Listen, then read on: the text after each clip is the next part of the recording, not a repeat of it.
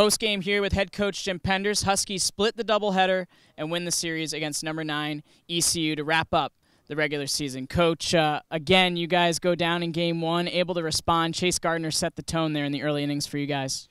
He did. He was really good. It's like, we really needed him to be good. After that first game didn't go the way we needed it to. Chase he really pitched great and against an excellent offensive baseball team. So, and an excellent team overall, but a really good offense.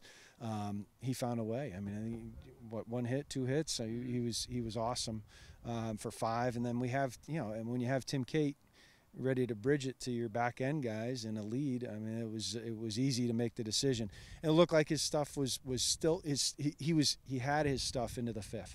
And that was good, but then once we figured it was time, and Tim did a great job after him, and PJ was lights out. Yeah, what did you think of Timmy's performance? 2 scoreless innings. Really good, and he had to be in the stretch. He had to get out of some stuff.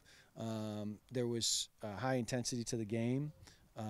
It was like a championship type atmosphere, so that's all good. It's like he was able to skip some steps. It was like we didn't need to spoon feed him. He was thrown right into the fire and got it done. I was glad that we didn't have to bring him in the middle of an inning, because that would have been tough if we had to bring him in the 5th. Chase was probably a hit away from having to bring him in the middle of the 5th.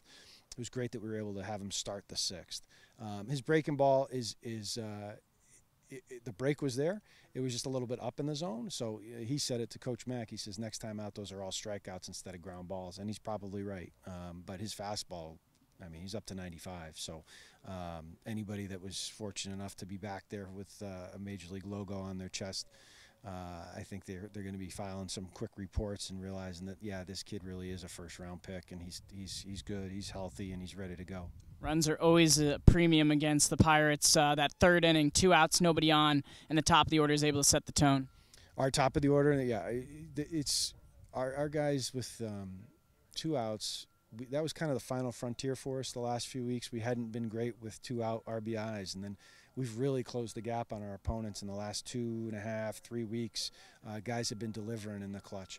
None of those balls were scorched, but everybody had a lot more fight in the second game than we had in the first. We weren't able to get those runners in the first game today. So guys showed the ability, the stick-to-itiveness, and had some just tough at-bats, some Connecticut at-bats. Good to see, and they should feel good about it. And then Michael Woodworth, he's been great for us all year. He's made plays, but, he gets a 2-0, and he didn't miss it. He hit the heck out of it. You don't see many balls go out to left field, but he hit the heck out of that ball. Still games to be played, tournament time coming around in Clearwater, but it looks like you guys, not only Clearwater, but some more games down the road past Clearwater. What's the morale around the group heading into Clearwater? Really good.